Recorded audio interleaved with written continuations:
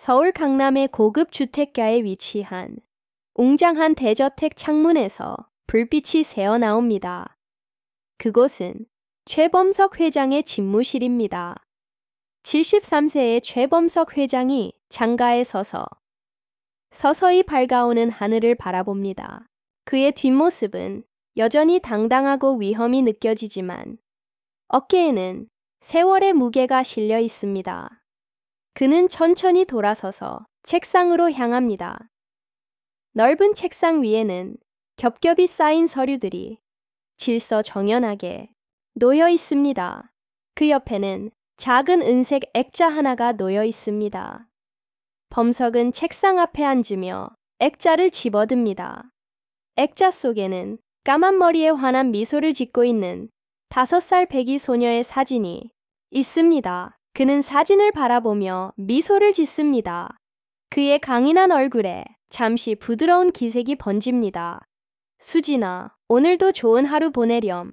그는 손가락으로 사진 속 소녀의 얼굴을 살짝 쓰다듬습니다. 이것이 그의 매일 아침 의식입니다.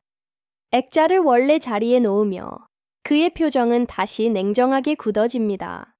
하지만 그의 눈빛에는 여전히 깊은 그리움이 담겨 있습니다. 창문 너머로 도시의 실루엣이 점점 뚜렷해집니다. 최범석은 책상에 놓인 서류들을 정리하며 하루를 시작할 준비를 합니다. 그의 동작 하나하나에서 완벽주의적인 성격이 엿보입니다. 모든 것이 정확하고 깔끔하게 정리되어 있습니다. 방 안에 흐르는 엄숙한 침묵은 그가 오랫동안 혼자였음을 말해주는 듯합니다. 그때 집무실 문을 노크하는 소리가 들립니다. 범석은 시선을 액자에서 돌립니다.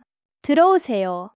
문이 열리고 50대의 비서실장 박지훈이 단정한 정장 차림으로 들어섭니다. 손에는 일정표가 들려 있습니다. 회장님, 오늘 일정표와 보고서 가져왔습니다. 박지훈은 공손하게 서류를 책상 위에 올려놓습니다. 범석은 서류를 받아들고 빠르게 내용을 체크합니다. 항상처럼 새로운 가정부가 저택에서 일하게 되었습니다. 범석은 서류에서 시선을 들어 박지훈을 바라봅니다. 그의 눈빛에 살짝 지친 기색이 스칩니다.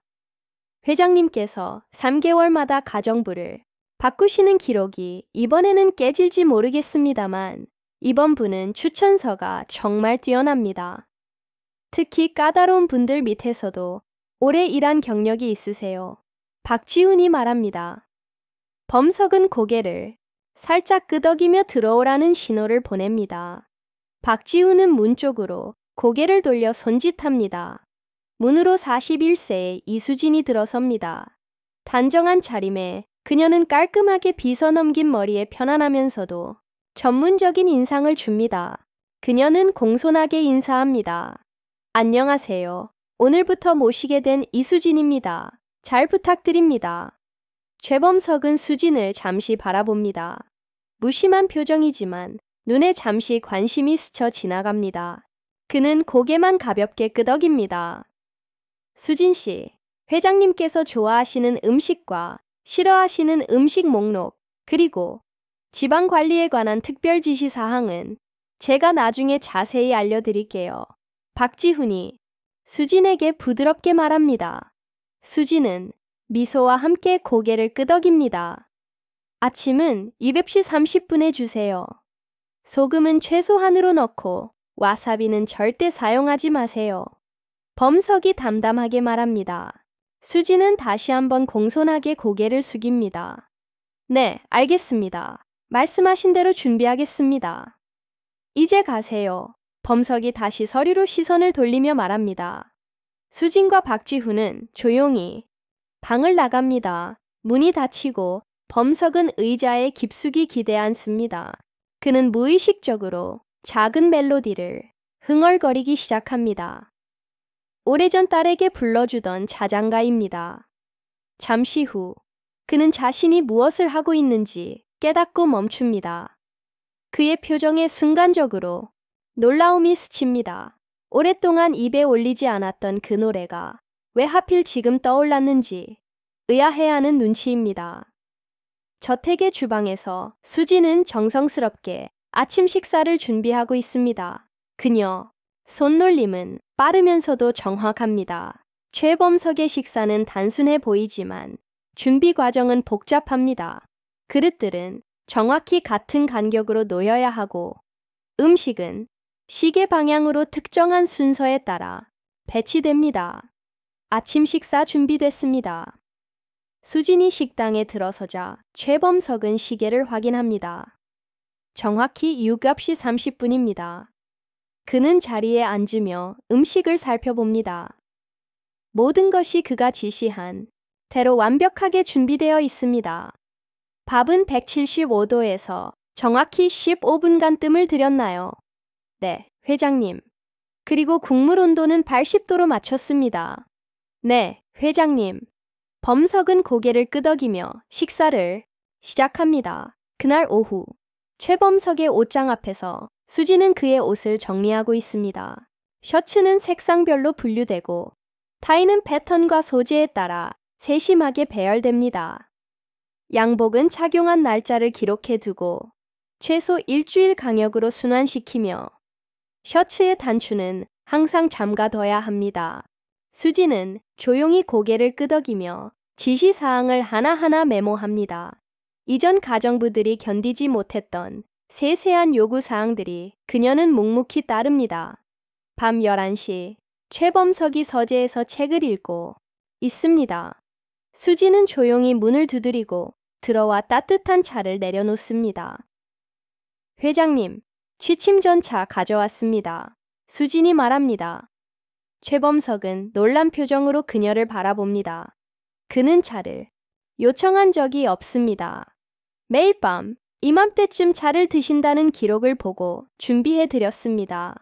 최범석은 잠시 말없이 그녀를 바라보다가 차를 받아듭니다. 그의 눈에 미세한 감사의 표정이 스칩니다. 시간이 흘러 어느새 2주가 지났습니다. 아침 식사 시간, 범석은 신문을 읽으며 커피를 마시고 있습니다. 범석은 신문에서 고개를 들고 수진을 그의 표정에는 미세한 놀라움이 엿보입니다. 아직 버티고 있군요. 그가 말합니다. 수진은 부드럽게 미소 지으며 대답합니다. 네, 회장님. 일하는 데 어려움은 없습니다. 최범석은 다시 신문으로 시선을 돌리지만 입가에 희미한 미소가 번집니다.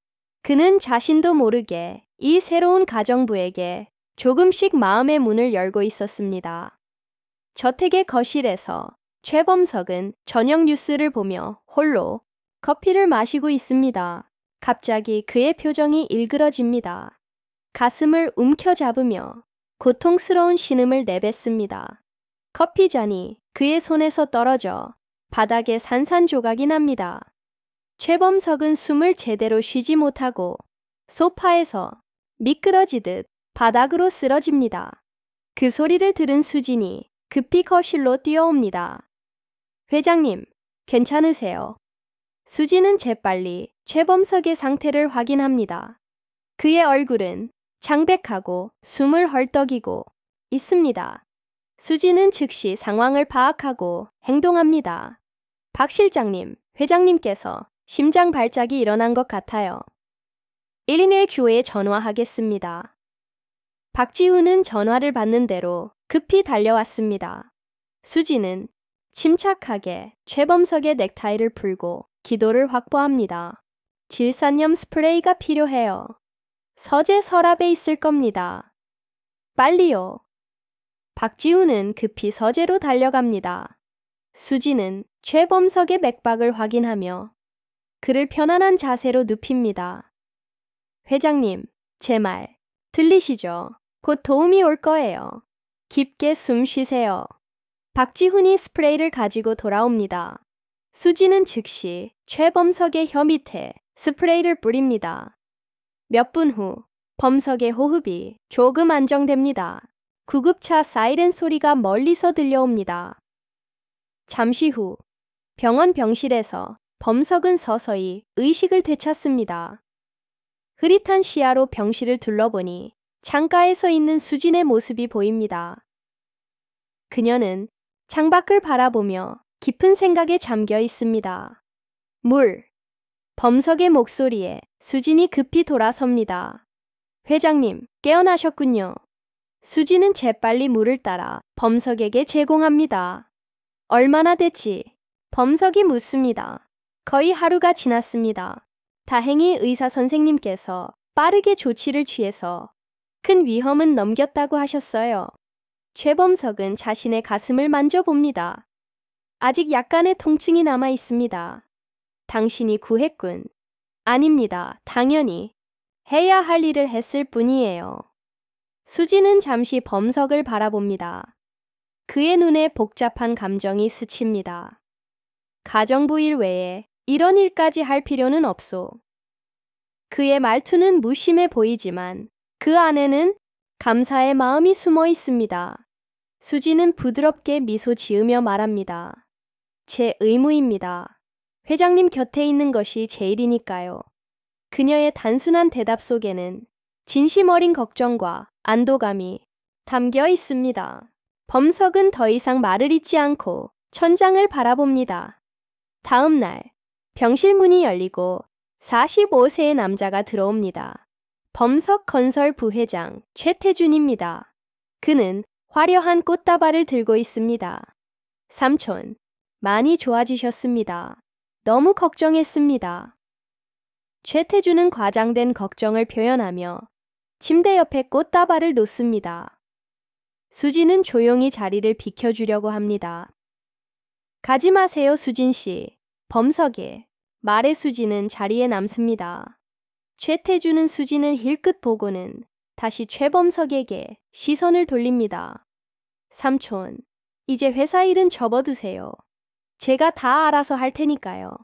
삼촌 건강이 더 중요합니다. 최태준의 말투는 친절하지만 그의 눈에는 회사에 대한 욕심이 엿보입니다.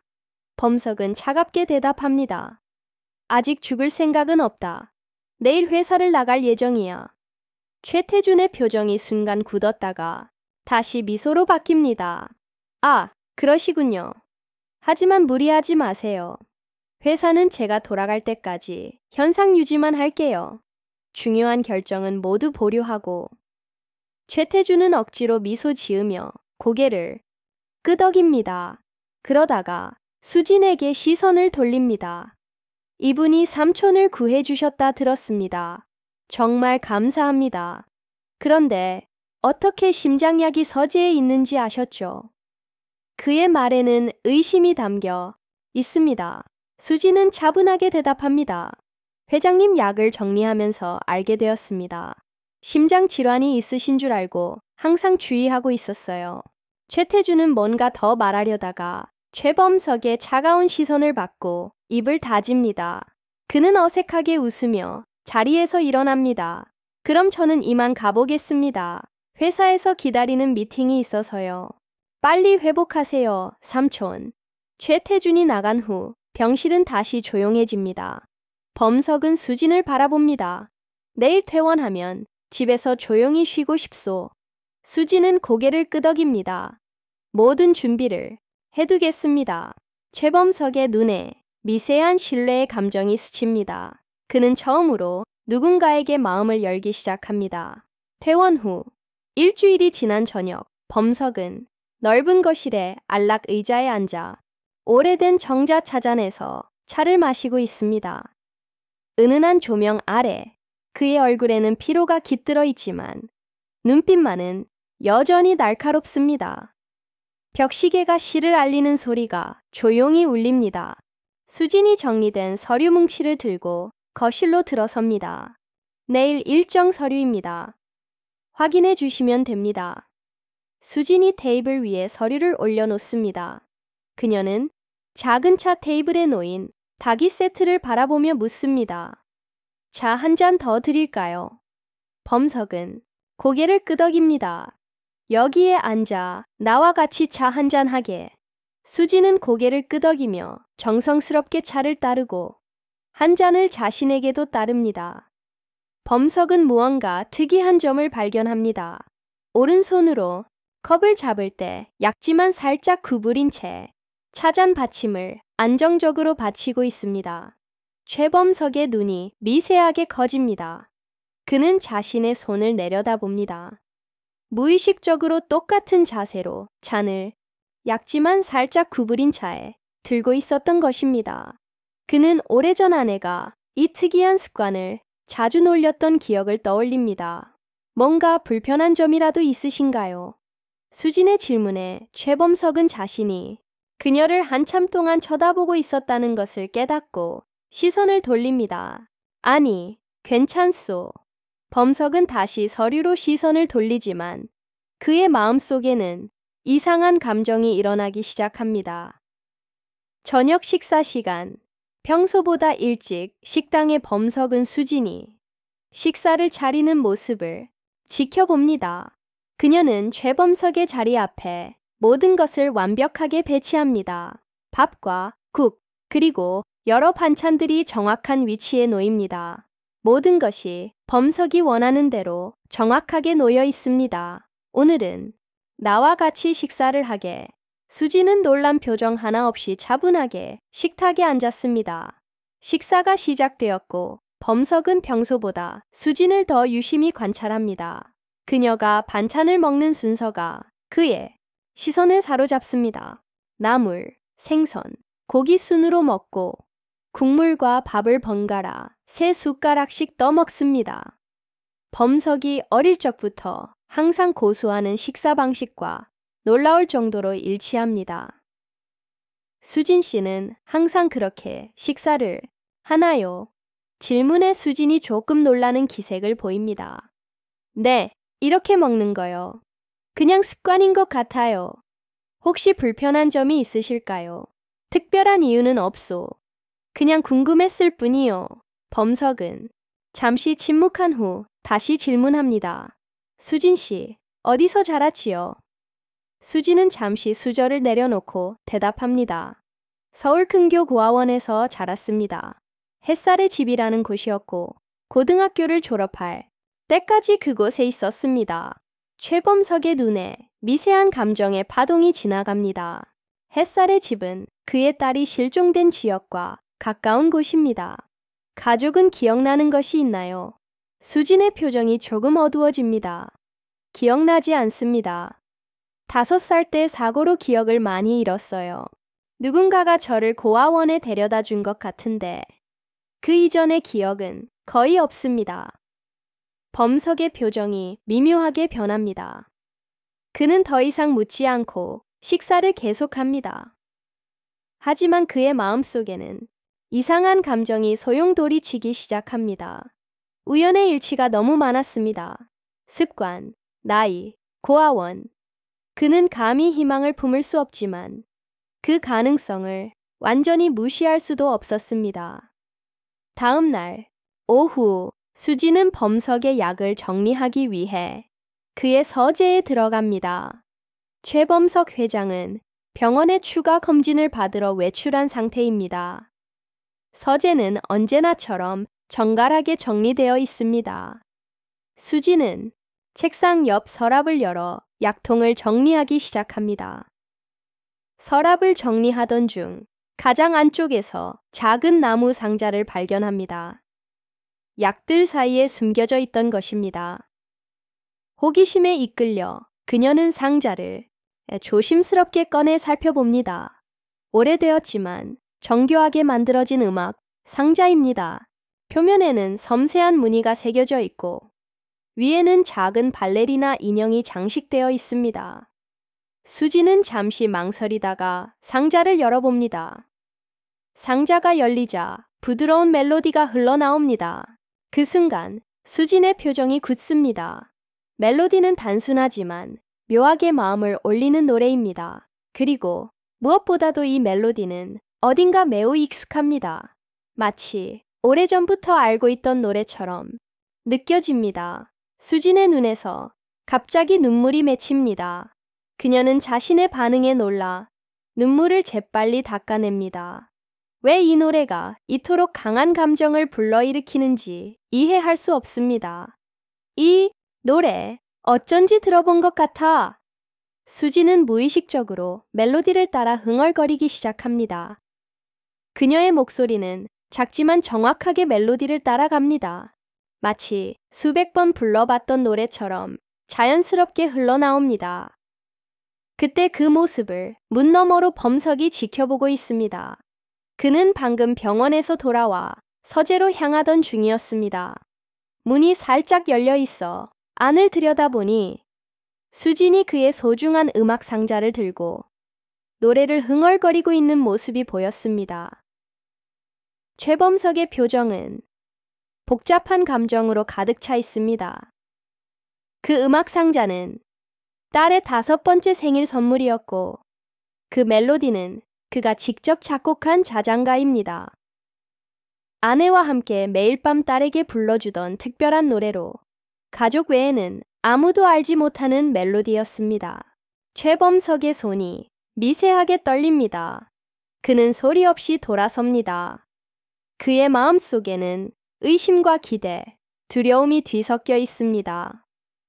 설마 그녀가... 범석은 창가로 향합니다.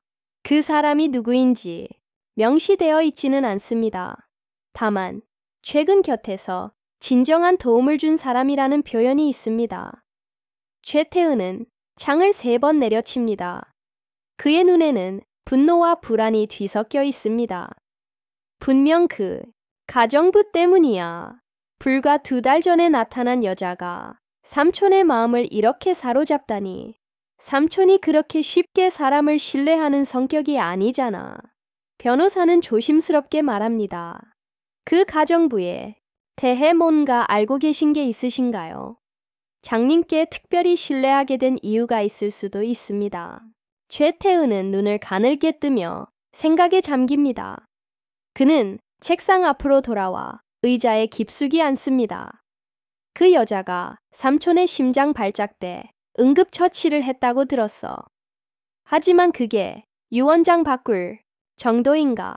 뭔가 이상해. 의도적으로 삼촌에게 접근한 것 아닌지 의심스러워. 변호사는 메모를 하며 고개를 끄덕입니다. 배경조사 해보는 것이 좋겠습니다. 전문 조사관을 고용해서 당장 해주세요. 최태준의 목소리는 결심이 섞여 있습니다. 삼촌의 재산이 엉뚱한 곳으로 가게 놔둘 수는 없어. 내가 그동안 회사에 바친 시간과 노력에 물거품이 될 순 없어. 변호사는 서류를 정리하며 조심스럽게 제안합니다. 장님께 직접 이야기해보는 건 어떨까요? 솔직하게 우려를 표현하시면. 최태준은 비웃듯 웃습니다. 삼촌이 내 말을 들을 것 같아? 지금까지 한 번이라도 내 의견을 진지하게 고려한 적 있어. 그 여자의 정체를 밝혀내서 삼촌이 스스로 깨닫게 만들어야 해. 그는 창밖을 바라보며 생각에 잠깁니다. 서울의 밤하늘에 별들이 희미하게 빛나고 있습니다. 그의 마음속에는 이미 수진을 제거할 여러 계획이 형성되기 시작했습니다. 어떤 방법을 써서라도 그 여자를 삼촌에게서 떼어놓을 거야. 비가 내리는 저녁, 최태준은 고급 호텔 라운지에 구석진 테이블에 앉아 있습니다. 창밖으로는 서울의 빗물에 젖은 거리가 보입니다. 그의 앞에는 중년의 남자가 앉아 있습니다. 검은 양복의 단정한 외모지만 날카로운 눈빛이 그의 직업을 짐작케 합니다. 김민수, 최태준이 고용한 사설 탐정입니다. 조사 결과를 가져왔습니다. 김민수는 조심스럽게 갈색 봉투를 테이블 위에 올려놓습니다. 이수진, 41세, 주소는 서울시 마포구. 최태준은 서류를 빠르게 훑어봅니다. 이건 이미 아는 정보야. 김민수는 다른 서류를 가리킵니다. 여기 보시면 그녀는 햇살의 집 고원 출신이 맞습니다. 30년 전 당시 5살로 추정되는 나이에 고아원에 맡겨졌습니다. 최태준은 관심을 보이며 자세히 살펴봅니다.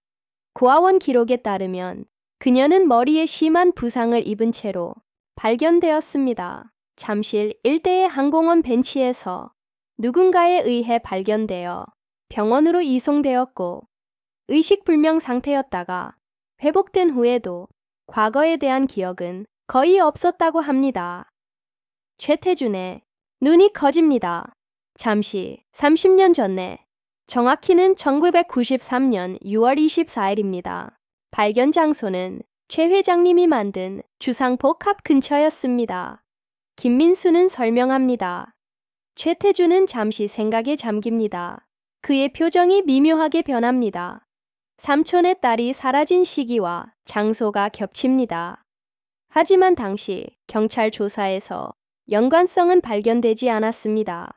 경찰이 사건을 조사했지만 아이의 신원을 확인할 수 있는 단서가 없었고 아이 자신도 기억이 없었으니 결국 고아원으로 보내졌습니다. 최태준은 서류를 넘기며 추가 정보를 찾습니다. 이 여자가 정말 삼촌의 딸일 가능성은? 김민수는 조심스럽게 대답합니다. 가능성은 있습니다.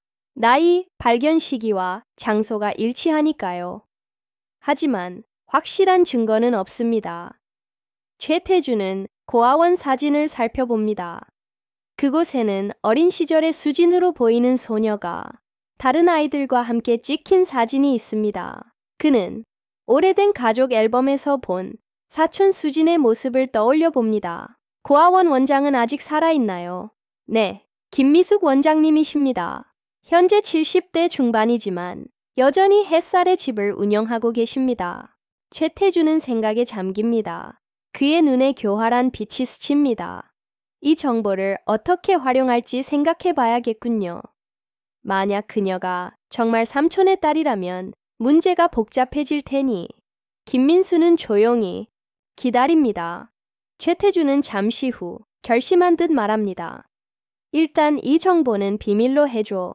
그리고 고아원 기록에 약간의 수정이 필요할 것 같아. 수정이요. 김민수의 표정이 굳어집니다. 그건 불법입니다. 최태준은 테이블 아래로 두툼한 봉투를 건넵니다. 이건 추가 보상. 고아원 기록은 오래되었고 전산화가 제대로 되어 있지 않을 거야. 변경하기 어렵지 않을 거라고. 김민수는 잠시 망설이다가 봉투를 받습니다. 그의 표정에서 직업적 양심과 금전적 유혹 사이에 갈등이 읽힙니다. 이 정도면 충분하지 않나요? 아니면 더 필요하신가요? 김민수는 깊은 한숨을 내쉽니다. 충분합니다.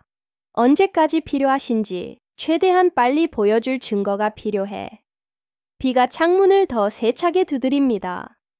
최태준은 만족스러운 미소를 지으며 자리에서 일어납니다. 저 멀리 범석그룹 본사 건물에 불빛이 흐릿하게 보입니다. 30년 동안 내가 기다려온 자리야. 절대 쓸 수 없어. 비치는 오후, 범석은 정원의 파고라 아래에서 홀로 차를 마시고 있습니다. 그의 눈은 책을 향하고 있지만 마음은 다른 곳에 가 있습니다. 최근 들어 수진의 행동과 습관에서 발견한 유사점들이 그의 마음을 혼란스럽게 만들고 있습니다. 멀리서 수진이 화분에 물을 주는 모습이 보입니다. 그녀는 정성스럽게 각 식물들을 돌보며 가끔 나지막이 혼잣말을 하는 듯합니다. 최범석은 무심코 그녀를 지켜봅니다. 갑자기 수진이 가시 돋친 장미의 손을 긁습니다. 그녀가 놀라 손을 흔들며 뒤로 물러섭니다. 괜찮은가? 최범석이 자리에서 일어나 걱정스럽게 묻습니다. 네, 괜찮습니다. 작은 긁힘뿐이에요. 수진이 웃으며 대답합니다. 범석이 가까이 다가가 그녀의 손을 살펴봅니다. 긁힌 자국은 미미하지만 그의 시선은 수진의 오른쪽 손목 근처에 있는 오래된 흉터에 고정됩니다. 약 5cm 길이의 희미한 반달 모양 흉터입니다. 이 흉터는 최범석의 목소리가 미세하게 떨립니다. 이 흉터, 수진은 무의식적으로 흉터를 손으로 가립니다. 오래된 상처에 정확히 어떻게 생긴 건지 기억이 나지 않아요. 범석의 머릿속에 갑자기 오래된 기억이 떠오릅니다. 30년 전 그네를 타다 딸 수진이 넘어져 손목 근처를 다쳤던 그날. 정확히 같은 자리, 같은 모양의 상처였지만 그는 억지로 평정을 유지하며 자리로 돌아갑니다. 그날 밤 최범석은 서재에서 오래된 가족 앨범을 꺼내 펼칩니다. 그 속에는 딸 수진의 어린 시절 사진들이 고스란히 담겨 있습니다. 그는 딸이 손목을 다쳤던 시기의 사진을 찾아냅니다. 거기에는 반창고를 붙인 채 웃고 있는 4살 배기 수진의 모습이 담겨 있습니다. 범석은 액자, 속딸의 사진과 오늘 본 수진의 모습을 머릿속에서 겹쳐봅니다. 나이 차이가 있지만 미소 짓는 눈매와 입꼬리의 모양이 놀랍도록 비슷합니다. 설마 그는 벽시계를 바라봅니다. 이미 자정이 가까워 오고 있습니다. 잠시 망설이다가 그는 휴대폰을 들어 비서실장 박지훈에게 전화를 겁니다. 지훈 씨, 내일 아침 일찍 내 서재로 와주게. 알겠습니다. 무슨 일이신지. 내일 설명하지. 아무에게도 이 통화에 대해 말하지 말게. 다음 날 아침, 박지훈은 약속대로 최범석의 서재를 찾습니다. 범석은 밤새 잠을 이루지 못한 듯 피곤한 눈으로 그를 맞이합니다. 지훈 씨, 박지훈이 자리에 앉자 범석은 깊은 숨을 내쉬고 입을 엽니다.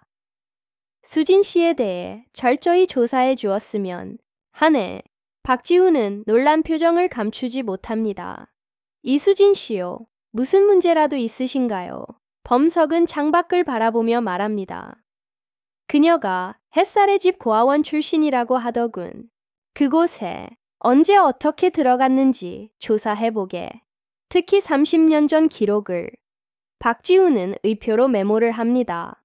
30년 전이요. 그래. 그리고 그녀의 건강 기록도 확인해 줬으면 해. 특히 오른쪽 손목 근처 흉터와 관련된 기록이 있는지. 박지훈이 조심스럽게 묻습니다. 혹시 그녀가 회장님의 따님과 관련이 있다고 생각하시는 건가요? 범석은 박지훈을 날카롭게 쳐다봅니다. 나는 미친. 걔 아니야. 그냥 확인하고 싶을 뿐이야. 그의 목소리에는 평소에 볼 수 없던 취약함이 묻어 있습니다. 박지훈은 고개를 끄덕입니다. 알겠습니다. 최대한 조용히 철저하게 조사하겠습니다. 범석은 서랍에서 오래된 사진 한 장을 꺼내어 박지훈에게 건넵니다. 어린 수진이 손목에 붕대를 감고 있는 사진입니다. 이건 수진이가 실종 직전에 찍은 사진이야. 현재 이 수진 씨의 흉터 위치와 비교해주게. 박지훈은 사진을 받아들고 진지하게 바라봅니다. 30년이 지났는데도 아직 포기하지 않으셨군요. 최범석의 눈에 깊은 감정이 어립니다. 부모는 절대 자식을 포기하지 않아. 비록 모든 사람들이 내가 현실을 받아들여야 한다고 말해도 내 마음 한 구석에는 항상 딸이 언젠가 돌아올 거라는 희망이 있었지. 박지훈은 고개를 숙입니다. 최선을 다하여 조사하겠습니다. 하지만 만약 그녀가 정말 회장님의 딸이 아니라면 너무 실망하지 마세요. 범석은 창밖을 바라보며 힘없이 웃습니다. 알아. 허망한 희망일지도 모르지. 하지만 이번만큼은 내 직감이 맞기를 바라네. 박지훈이 떠난 후 범석은 오래된 음악 상자를 꺼내 열어봅니다. 그 익숙한 멜로디가 서재를 채우며 그의 마음속에 오래전 잊었던 희망의 불씨를 다시 피워 올립니다. 저택 곳곳에서 분주한 움직임이 느껴집니다. 오늘은 최범석 회장의 73번째 생일입니다. 수지는 아침부터 특별한 저녁 식사를 준비하기 위해 분주히 움직이고 있습니다. 주방에서는 요리사들이 범석이 좋아하는 음식들을 준비하고 수지는 모든 과정을 꼼꼼히 감독합니다. 방식은 너무 화려하지 않게 회장님은 단정한 것을 좋아하세요. 수진의 지시에 따라 직원들이 식당을 정갈하게 꾸미고 있습니다. 테이블 위에는 고급 식기들이 놓여지고 창가에는 은은한 조명이 설치됩니다. 수지는 마지막으로 자신이 직접 준비한 선물 상자를 확인합니다. 그 안에는 그녀가 밤늦게까지 정성껏 준비한 진한 남색 목도리가 들어 있습니다. 오후 6시 최범석은 서재에서 나와 식당으로 향합니다. 그는 오늘 특별한 날임에도 평소와 같은 표정을 유지하고 있지만 그의 눈에는 미세한 기대감이 스칩니다. 생일 축하드립니다, 회장님. 수진이 따뜻한 미소로 맞이합니다. 최범석은 짧게 고개를 끄덕이고 자리에 앉습니다. 식당 문이 다시 열리고 최태준이 호화로운 선물 상자를 들고 들어옵니다. 비치는 오후, 범석은 정원의 파고라 아래에서 홀로 차를 마시고 있습니다. 그의 눈은 책을 향하고 있지만 마음은 다른 곳에 가 있습니다. 최근 들어 수진의 행동과 습관에서 발견한 유사점들이 그의 마음을 혼란스럽게 만들고 있습니다. 멀리서 수진이 화분에 물을 주는 모습이 보입니다. 그녀는 정성스럽게 각 식물들을 돌보며 가끔 나지막이 혼잣말을 하는 듯합니다. 최범석은 무심코 그녀를 지켜봅니다. 갑자기 수진이 가시 도친 장미의 손을 긁습니다. 그녀가 놀라 손을 흔들며 뒤로 물러섭니다. 괜찮은가? 최범석이 자리에서 일어나 걱정스럽게 묻습니다. 네, 괜찮습니다. 작은 긁힘뿐이에요. 수진이 웃으며 대답합니다. 범석이 가까이 다가가 그녀의 손을 살펴봅니다. 긁힌 자국은 미미하지만 그의 시선은 수진의 오른쪽 손목 근처에 있는 오래된 흉터에 고정됩니다. 약 5cm의 길이의 희미한 반달 모양 흉터입니다. 이 흉터는 최범석의 목소리가 미세하게 떨립니다. 이 흉터. 수진은 무의식적으로 흉터를 손으로 가립니다. 오래된 상처에 정확히 어떻게 생긴 건지 기억이 나지 않아요. 범석의 머릿속에 갑자기 오래된 기억이 떠오릅니다. 30년 전 그네를 타다 딸 수진이 넘어져 손목 근처를 다쳤던 그날. 정확히 같은 자리, 같은 모양의 상처였지만 그는 억지로 평정을 유지하며 자리로 돌아갑니다. 그날 밤 최범석은 서재에서 오래된 가족 앨범을 꺼내 펼칩니다.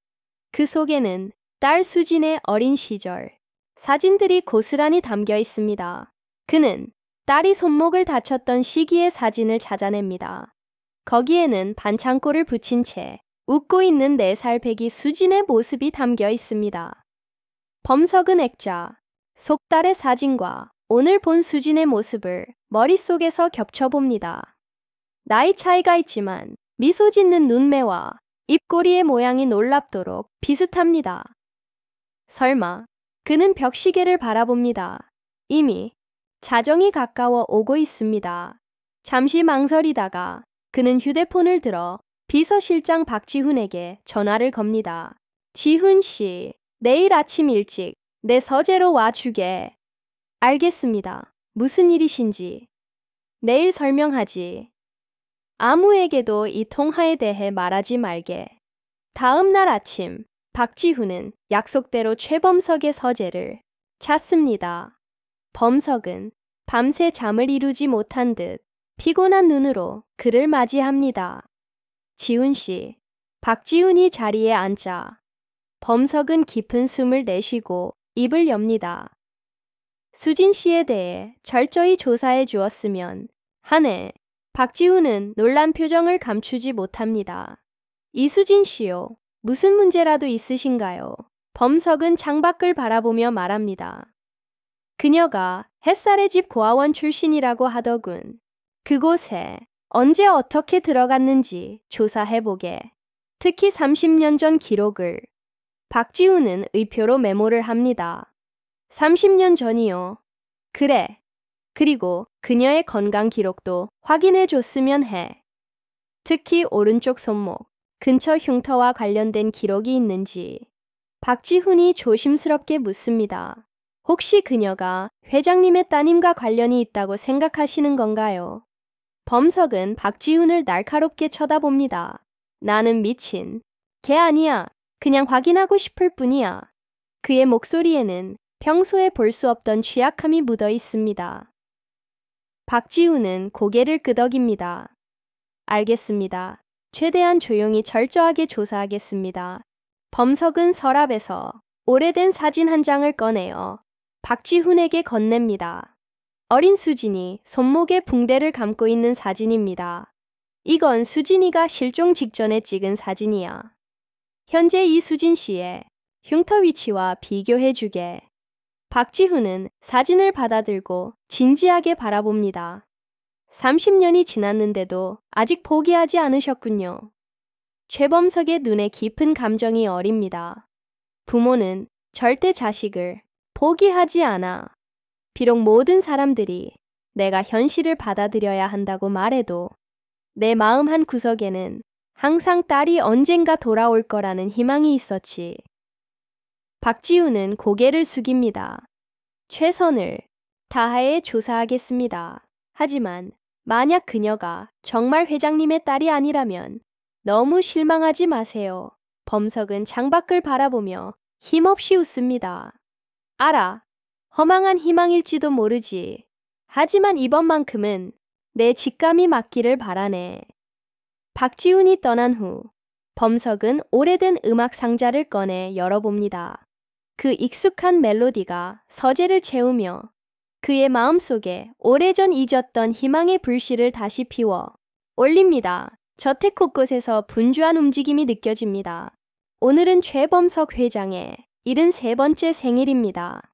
수지는 아침부터 특별한 저녁 식사를 준비하기 위해 분주히 움직이고 있습니다. 주방에서는 요리사들이 범석이 좋아하는 음식들을 준비하고 수지는 모든 과정을 꼼꼼히 감독합니다. 방식은 너무 화려하지 않게. 회장님은 단정한 것을 좋아하세요. 수진의 지시에 따라 직원들이 식당을 정갈하게 꾸미고 있습니다. 테이블 위에는 고급 식기들이 놓여지고 창가에는 은은한 조명이 설치됩니다. 수지는 마지막으로 자신이 직접 준비한 선물 상자를 확인합니다. 그 안에는 그녀가 밤늦게까지 정성껏 준비한 진한 남색 목도리가 들어 있습니다. 오후 6시, 최범석은 서재에서 나와 식당으로 향합니다.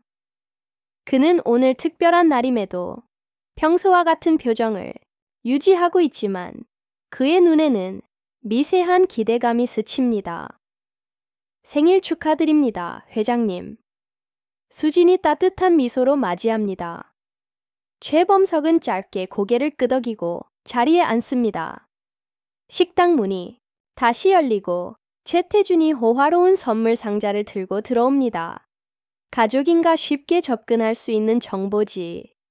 그리고 이런 약에 대한 정보도 찾기 어렵지 않았을 거야. 그는 깊은 한숨을 내쉽니다. 그의 눈에는 서운함과 실망감이 가득합니다. 오늘은 이만 가보거라이. 일에 대해서 나중에 다시 이야기하자. 최태은은 더 이상 변명할 말을 찾지 못하고 황급히 식당을 빠져나갑니다. 그의 발걸음은 급하고 불안합니다. 식당에는 최범석과 수진만 남습니다. 긴 침묵이 흐른 후 최범석이 입을 엽니다. 태준이가 최근 당신에 대해 여러 의심을 제기했었다. 당신이 노인들을 상대로 사기를 치는 전력이 있다는 기록까지 보여줬지. 수진의 눈이 놀라움으로 커집니다. 그건 사실이 아닙니다. 저는 그런 적이 없어요.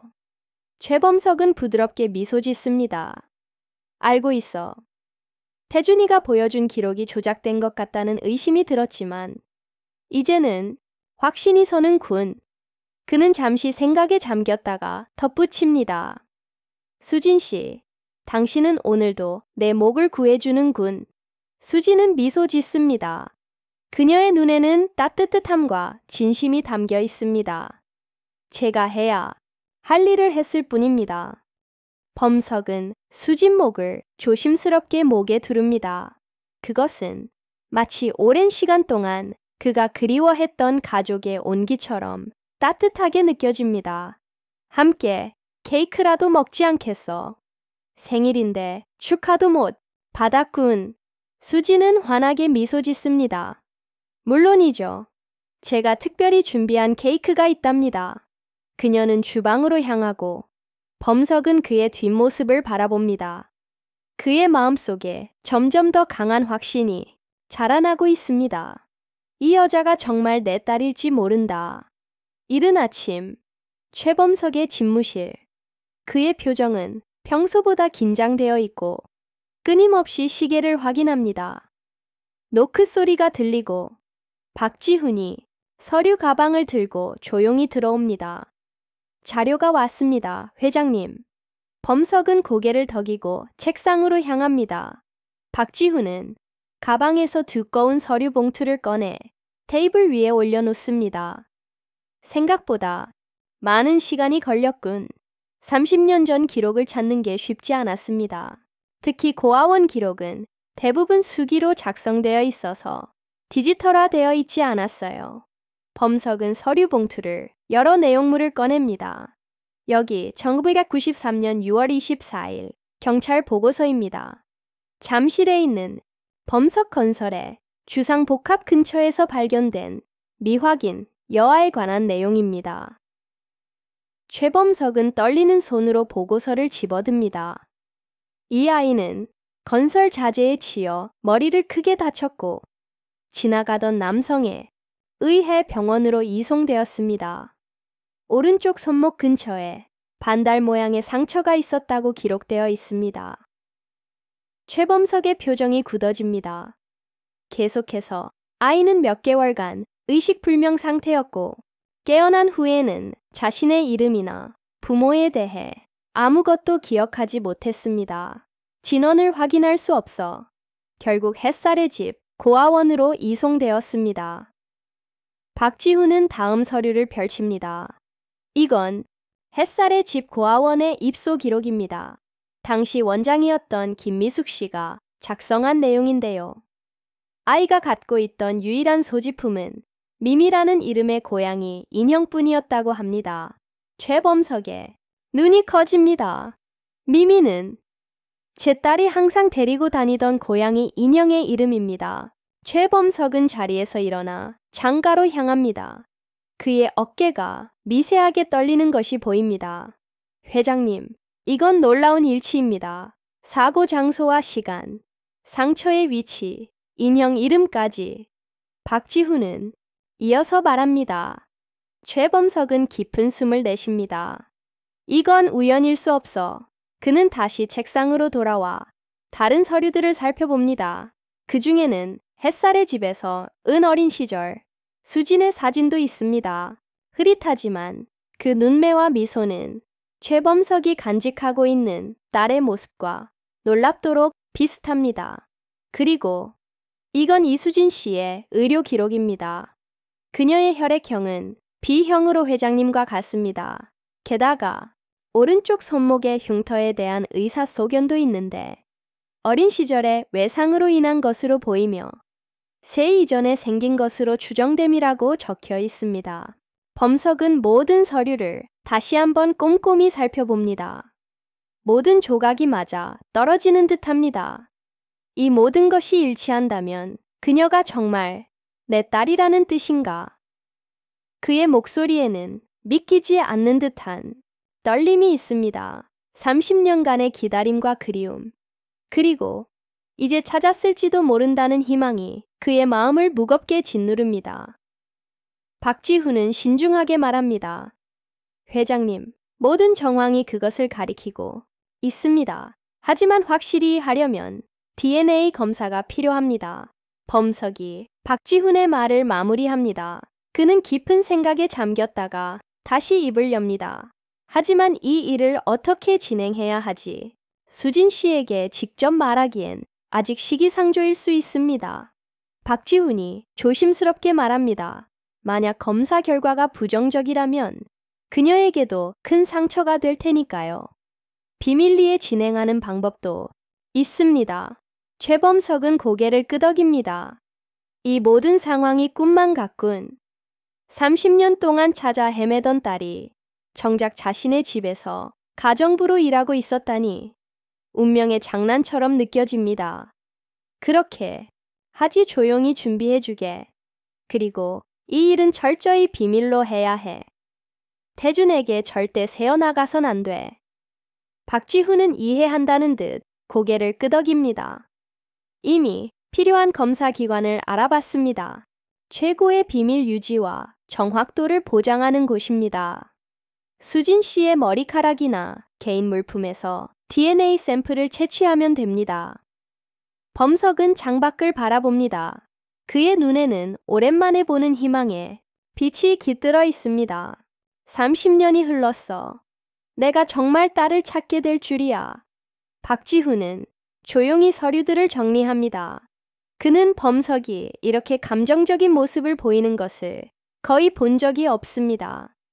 회장님, 곧 진실을 알게 될 것입니다. 될 겁니다. 그동안 인내해 주세요. 최범석 고개를 끄덕입니다. 30년의 기다림 끝에 이제 진실을 마주할 시간이 다가오고 있습니다. 최범석의 저택. 한적한 정원, 해질, 붉은 노을이 물들고 있습니다. 수지는 화단에 무릎을 꿇고 꽃을 가꾸고 있습니다. 그녀의 표정은 평화롭지만 눈에는 복잡한 감정이 어려 있습니다. 최근 몇 주간 그녀는 범석이 자신에게 보이는 미묘한 변화를 느꼈습니다. 갑자기 그림자가 수진 위로 들이웁니다. 고개를 들어보니 최태준이 차가운 표정으로 서 있습니다. 이렇게 열심히 일하는 모습. 태준의 목소리에는 꿈이 가득합니다. 수지는 천천히 일어나 장갑을 벗습니다. 무슨 일이세요, 부회장님? 최태은은 주변을 살피고 수진에게 가까이 다가섭니다. 그의 눈에 위험한 기색이 어려 있습니다. 더 이상 연기는 그만하지 그래. 난 당신이 누군지 다 알고 있어. 수진 씨. 당신이 삼촌의 신뢰를 얻기 위해 접근한 사기꾼이라는 걸 알아. 노인들을 속여 재산을 빼앗는 수법이 당신 전문 아닌가? 수진의 얼굴이 창백해집니다. 그건 사실이 아닙니다. 최태준은 비웃음을 짓습니다. 정말? 그럼 이건 뭐지? 그는 주머니에서 서류 한 장을 꺼내 수진 앞에 흔듭니다. 고아원 기록을 조작한 문서입니다. 이건 당신의 과거 범죄 기록이야. 전국의 노인들을 속여 재산을 갈취한 전력이 있는 사기꾼. 이걸 삼촌이 알게 되면 어떻게 될까? 수진의 얼굴이 창백해집니다. 이건 거짓말이에요. 넌 결코 이 집안의 일원이 될 수 없어. 내가 뭘 노리는지 모를 줄 알았어. 삼촌의 딸처럼 행동하면서 그의 마음을 얻으려는 거지. 이 서류뿐만 아니라 내가 지금까지 숨겨온 모든 거짓말을 밝혀낼 거야. 최태준은 위협적으로 한 걸음 더 다가섭니다. 그의 목소리는 낮지만 위협적입니다. 내일까지 짐을 싸서 이 집에서 나가. 삼촌에게 내가 적당한 변명을 해줄게. 아니면 어쩌겠다는 거지. 태준아. 갑작스러운 목소리에 두 사람 모두 놀라 돌아봅니다. 범석이 정원 입구에서 서 있습니다. 그의 표정은 무섭도록 차분합니다. 삼촌 언제부터 거기 계셨어요? 태준의 얼굴이 창백해집니다. 범석은 천천히 다가와 수진 옆에 섭니다. 내가 내 딸을 협박하는 모습을 충분히 보았다. 딸이요. 무슨 말씀을? 이 여자가 삼촌을 속이고 있는 겁니다. 고아원 기록도 있고. 범석은 손을 들어 그의 말을 자릅니다. 그건 조작된 말이 집 원장님이 직접 확인해 주셨다. 그 기록은 최근에 누군가 변경한 것이라고. 최태준의 얼굴에서 피기가 완전히 사라집니다. 범석은 주머니에서 작은 종이를 꺼냅니다. 이건 DNA 검사 결과야. 수지는 정확히 99.9% 확률로 내 친딸이다. 최태준은 뒷걸음질 칩니다. 불가능해요. 그녀가 정말. 그래. 30년이 지났지만 기적적으로 그녀가 돌아왔어. 내가 해서는 안 될 짓을 한 것 같구나. 태준아. 최범석의 목소리는 차갑지만 그 안에는 깊은 실망감이 담겨 있습니다. 삼촌. 저는 그저 삼촌을 보호하려고. 거짓말은 그만두라. 난 내가 회사를 차지하기 위해 얼마나 필사적이었는지 잘 안다. 심지어 목숨까지. 최태주는 이제 변명할 말을 찾지 못하고 시선이 불안하게 흔들립니다. 이제 내 자리는 없다. 내일 아침 회사에 나오지 마라. 모든 권한은 박지훈에게 위임할 것이고 내 주식은 회사가 다시 매입할 것이다. 삼촌, 그럴 순 없어요. 제가 얼마나 회사를 위해 노력했는지 충분해. 내가 내 딸을 해치려 했다는 사실만으로도 용서할 수 없다. 이 자리에서 사라지지 않으면 경찰에 신고하겠다. 최태주는 패배감에 어깨를 떨고 마지막으로 수진을 노려보고는 고개를 숙인 채 정원을 빠져나갑니다. 수진은 아직도 충격에서 벗어나지 못한 채 범석을 바라봅니다. 그의 입에서 내 딸이라는 말이 나온 것이 믿기지 않습니다. 회장님, 범석은 천천히 수진을 향해 돌아섭니다. 그의 엄격한 표정이 무너지고 눈에는 눈물이 고입니다. 수진아, 내 딸, 정말 너였구나. 분녀의 재회를 축복하듯 석양의 마지막 빛이 두 사람을 따스하게 비칩니다. 두 사람은 최범석의 서재에 앉아 있습니다. 최범석의 책상 위에는 오래된 사진첩과 서류들, 그리고 DNA 검사 결과지가 펼쳐져 있습니다. 그는 깊은 숨을 내쉬고 시작합니다. 10년 전 범석그룹의 첫 주상복합 건물 개장식이 있었어. 당시 내 나이 5살이었습니다. 최범석은 그 사진첩을 펼쳐 수진에게 보여줍니다. 화려한 테이프 커팅식에서 어린 소녀의 손을 잡고 있는 젊은 최범석의 모습이 담겨 있습니다. 그날 행사장은 사람들로 붐비어 내가 잠시 전화를 받는 사이에 내 손을 놓쳤지. 그의 목소리가 미세하게 떨립니다. 수지는 숨죽여 그의 이야기를 듣고 있습니다. 혼란 속에서 내가 건설 자재를 운반하던 차량에 치였어. 사고 직후 너를 발견하지 못했어. 나중에 알게 된 사실이지만 현장을 지나가던 한 남자가 너를 병원으로 데려갔다고 해. 범석은 다른 서류를 펼칩니다. 오래된 병원 기록입니다. 너는 수개월간 의식불명 상태였고 깨어났을 때는 과거의 기억을 모두 잃은 상태였어. 그 남자는 내 신원을 밝히지 않은 채 너를 고아원에 맡겼지. 수진의 눈에 눈물이 고입니다. 그녀는 자신의 손목에 있는 흉터를 무의식적으로 만집니다.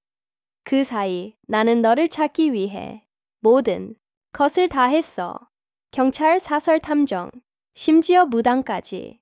그 누구도 내 행방을 알려주지 못했지. 어머니는 그 충격으로 몸이 약해져 5년 후에 세상을 떠났어. 눈에서 눈물이 흘러내립니다. 30년 동안 억눌러온 감정이 한꺼번에 터져 나옵니다. 하지만 난 포기하지 않았어. 내 사무실에 내 사진을 항상 두고 매일 아침 나에게 말을 걸었지. 언젠가는 돌아올 거라고. 그렇게 믿었어. 수지는 이제 음성을 냅니다. 그녀의 머릿속에서는 조각난 기억들이 서서히 모습을 드러내기 시작합니다. 그리고 기적처럼 30년이 지나 내가 내 집에 가정부로 들어왔어. 처음엔 알아보지 못했지. 하지만 내가 보이는 작은 습관들, 그 특별한 자장가, 인형 이름, 조금씩 의심이 생기기 시작했어. 최범석의 DNA 검사 결과를 수진에게 보여줍니다. 이제 확실해. 넌 내 딸. 수진은 떨리는 손으로 검사 결과를 받아듭니다. 그녀의 마음속에서는 혼란과 충격, 그리고 묘한 안도감이 뒤섞여 있습니다. 그래서 제가 처음 집에 왔을 때부터 이상하게 익숙했던 거군요. 그녀의 목소리는 작지만 그 안에는 깨달음이 담겨 있습니다.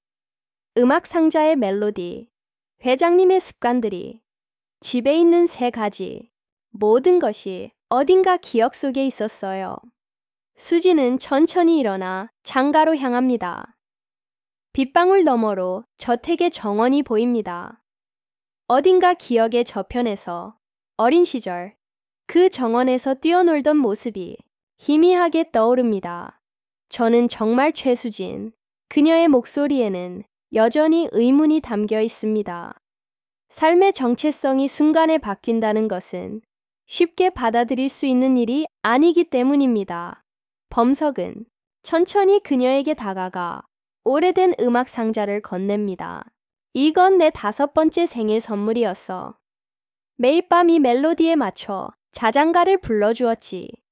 수지는 조심스럽게 상자를 열고 멜로디를 듣습니다. 그 순간 마치 시간이 거꾸로 흐르는 듯한 느낌이 듭니다. 온기 가득한 침대, 창문 너머로 보이는 별빛, 그리고 아버지의 따뜻한 목소리. 그 모든 기억이 파도처럼 밀려옵니다. 아버지. 처음으로 그녀의 입에서 아버지라는 말이 나옵니다. 그 말은 아직 어색하지만 동시에 가장 자연스러운 말처럼 느껴집니다. 범석은 더 이상 감정을 억누르지 못하고 수진을 품에 안습니다. 30년의 기다림, 30년의 그리움이 이 한순간에 모두 녹아내립니다. 수진아, 내 딸, 드디어 찾았구나. 수진은 아버지의 품에 안겨 오랫동안 울음을 터뜨립니다. 그것은 슬픔의 울음이 아닌 오랫동안 잃어버렸던 자신의 뿌리를 찾은 안도감의 울음입니다. 제가 정말 집에 돌아온 건가요? 그래, 이제 진짜 집에 돌아온 거야. 다시는 너를 잃지 않을게. 창밖에 비가 그치고 구름 사이로 빛이 새어 들어옵니다. 마치 30년의 어둠이 걷히고 새로운 시작을 알리는 듯합니다. 범석그룹 본사 건물 대회의실.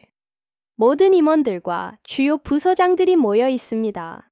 장 감독은 가운데, 범석이 수진과 함께 회의실로 들어섭니다. 두 사람의 모습에서 묘한 닮은 기운이 느껴집니다. 수진은 더 이상 가정부의 모습이 아닌 단정한 비즈니스 정장 차림입니다. 오늘 여러분을 모신 것은 중요한 발표가 있어서입니다. 최범석의 목소리는 평소보다 힘이 넘칩니다. 회의실은 완전한 침묵에 빠집니다. 잠시 10년 전 우리 회사의 첫 번째 주상복합 건물 개장식에서 실종되었던 제 딸 최수진은 찾았습니다. 그의 말에 회의실은 순간적으로 출렁입니다. 오래 근무한 임원들 몇몇은 놀란 눈으로 서로를 바라봅니다. 여기 옆에 있는 이 아름다운 여성이 바로 제 딸 최수진입니다. DNA 검사로 확인되었고 모든 법적 절차도 진행 중입니다. 범석은 수진의 어깨에 손을 얹습니다. 그의 표정에는 자부심과 행복이 가득합니다. 또한 오늘부로 최태준 부회장은 회사에서 모든 직위를 박탈하고 그가 보유한 주식은 회사가 매입할 예정입니다. 이유는 회사에 반하는 행위와 개인적인 이유로 인한 것임을 밝힙니다. 이 발표에 더 큰 충격파가 회의실을 휩쓸고 지나갑니다. 수진은 조용히 서서 모든 시선을 담담하게 받아들입니다. 앞으로 수진은 제 딸로서 그리고 범석그룹의 후계자로서 여러분과 함께 일하게 될 것입니다. 많은 도움과 협조를 부탁드립니다. 박지훈 비서실장이 가장 먼저 일어나 박수를 치기 시작합니다. 이내 모든 임원들이 따라 일어나 박수를 보냅니다. 수진은 부끄러운 듯 미소 짓으며 고개를 숙여 인사합니다.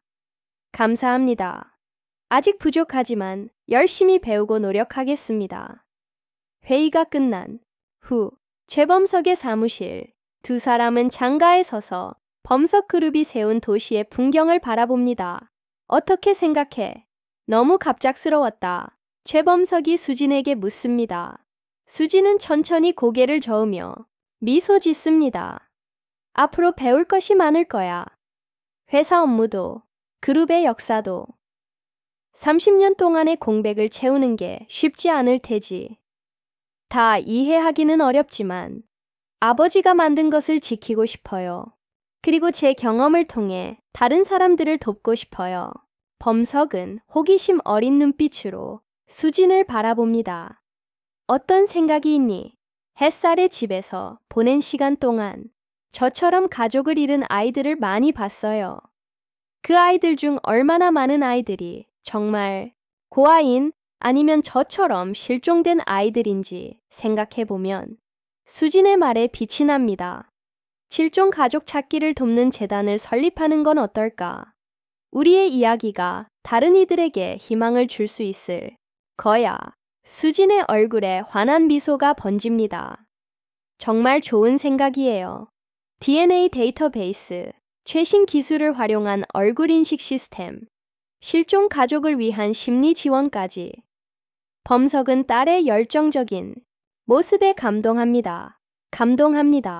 30년 동안 그는 자신의 회사를 키우는데 모든 에너지를 쏟았지만 이제는 딸과 함께 더 큰 의미를 찾게 된 것 같습니다. 그래, 수진재단은 어떨까? 내 이름을 딴 재단이. 수진은 감격에 찬 눈으로 아버지를 바라봅니다. 정말 해도 될까요? 물론이지. 우리가 함께 만들어가는 첫 번째 프로젝트야. 내가 가진 모든 자원과 네트워크를 활용할 수 있어. 수진은 감사함에 고개를 숙입니다. 그녀의 마음에는 새로운 꿈과 희망이 싹트기 시작합니다. 아버지, 정말 감사해요. 제가 집에 돌아올 수 있게 해주셔서, 그리고 이렇게 새로운 시작을 함께 해주셔서요. 최범석은 따뜻한 미소를 짓습니다. 이제부터 우리는 함께야. 잃어버린 시간은 되돌릴 수 없지만 앞으로의 시간은 더욱 소중하게 쓸 수 있을 거야. 창밖으로 따스한 오후 햇살이 두 사람을 비춥니다. 새로운 시작, 새로운 희망을 약속하는 비처럼 말입니다. 잠실의 한 주상 복합. 밤, 최범석과 수진이 검은색 세단에서 내려 웅장한 건물을 올려다봅니다. 이곳은 30년 전 수진이 실종되었던 건설 현장이 있던 자리. 지금은 범석그룹의 심장부가 된 곳입니다. 여기가.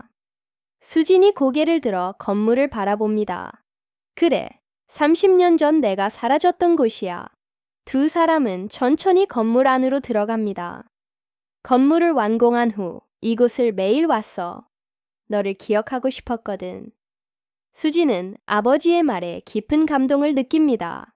그가 30년 동안 얼마나 자신을 그리워했는지 다시 한번 실감합니다. 범석은 수진의 팔을 가볍게 잡고 엘리베이터로 향합니다. 옥상 정원으로 가자. 거기서 보여주고 싶은 것이 있어. 엘리베이터가 최상층에 도착하고 두 사람은 건물 옥상에 마련된 아름다운 정원으로 나갑니다.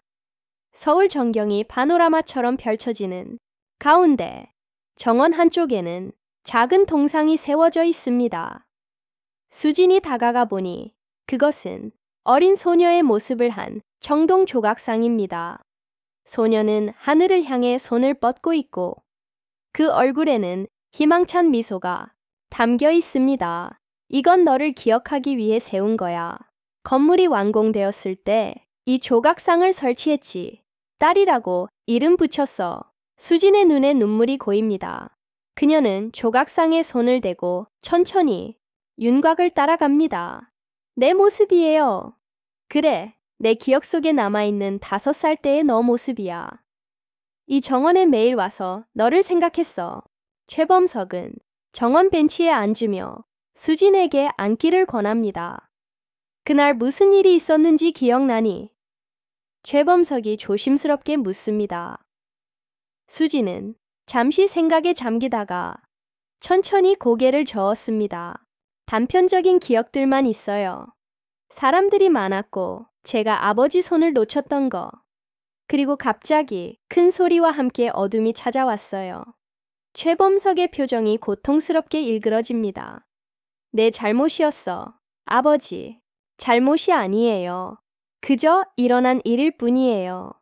최범석은 딸의 손을 마주 잡으며 깊은 한숨을 내쉽니다. 이제 그만 자책하지. 우리는 다시 만났잖아요. 두 사람의 시선이 마주치고 최범석의 눈에 맺힌 눈물이 천천히 흘러내립니다. 내가 우리 집에 들어왔을 때 어떻게 그걸 알아채지 못했는지 모르겠어. 지금 보니 내 어머니를 닮은 눈과 내 고집이 그대로 느껴지는데 수지는 미소 짓습니다. 저도 그런 느낌이 있었어요. 최범석은 딸의 어깨를 감싸 안습니다. 이제 놓치지 않을게. 수지는 아버지에게 기대며 부드럽게 미소 짓습니다. 알아요, 아버지. 두 사람은 오랫동안 그렇게 서서 도시를 내려다봅니다. 과거에 아픔이 있던 이 장소에서 이제 그들은 새로운 미래를 향한 약속을 나누었습니다. 그날 저녁, 최범석의 저택, 오래된 다락방. 먼지가 쌓인 나무 상자들과 액자들 사이로 햇빛이 비스듬히 들어옵니다. 최범석과 수진이 함께 계단을 올라 다락방으로 섭니다. 범석은 천천히 다락방 깊숙한 곳으로 향합니다.